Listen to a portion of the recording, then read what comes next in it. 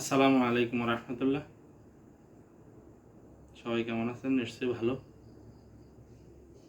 আমিও ভালো আছি। শুভেচ্ছা সবাইকে। আজকে চিন্তা করছি একটা কথা বলি, সেটা হচ্ছে স্কুল, কলেজ, মাদ্রাসা, মক্তব, আত্মীয় অনাত্মীয় বাসা থেকে আপনার সন্তান যখন ঘরে ফিরবে, আপনি তাকে দুইটা প্রশ্ন করতে পারেন। একটা হলো, তুমি কি খাইছো সেখানে?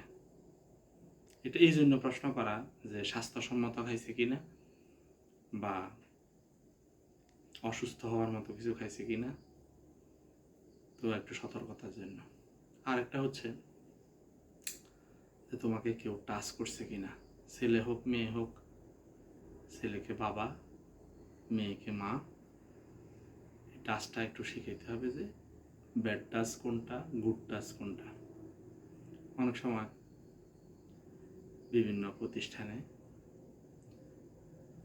এ আমার ভাগ্নি, আমার মেয়ের মতো, আমার নাতিনের মতো, আমার ভাতিজির মতো, আমার ভাতিজার মতো, এইভাবে বলে বলে অনেকে আছে টাচ করে।